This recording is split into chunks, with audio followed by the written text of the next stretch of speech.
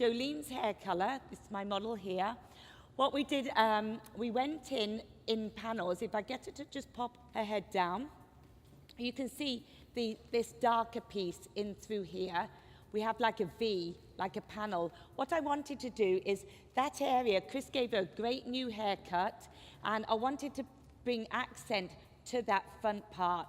So the panel here, the panel in the middle is our Colorist and Perfect. It's 66/46 from Colorist and Perfect, a level 6, red, violet, and 20 volume. And I did some red special mix in there as well.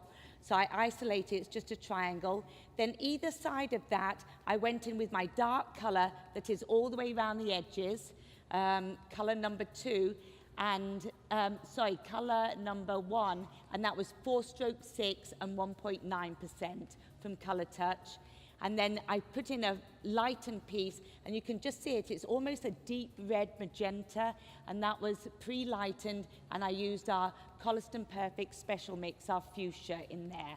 So just patterning, just placing it in, and then the underneath back area left that deeper as well. So she's got different tones in there.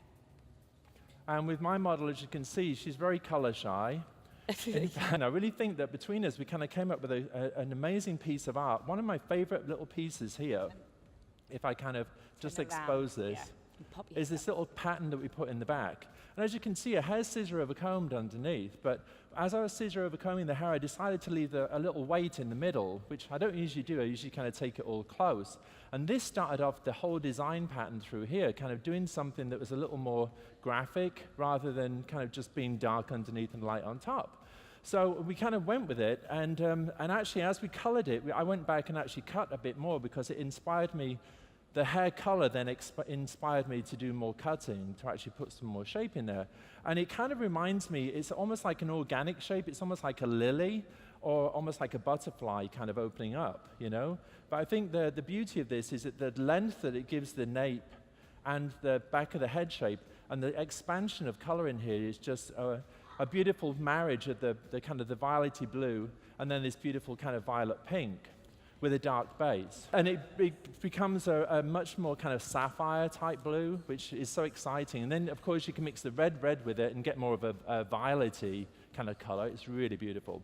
So one of the things that Sonia wanted to do here was to have this lighter area in the middle. So we went with a lighter panel in the very middle, which is the lightest pink, surrounded by a darker pink, and then going into the blue. And where the blue overlaps the darker pink, it almost gives you this violet tone. And when the darker pink overlaps the light pink, it gives different levels of pink through there. So it really has this beautiful kind of luminosity to it. And actually, if you part that, you can see the darker pink directly underneath. Yeah? Yeah. So it's almost like you see it and you don't. We wanted to just put that in there so that it gave more of the curve. I always think of color, darker colors deepen in and lighter colors bring out. And I wanted to bring the curve of that a little bit more out, so that's why we lighter in the center.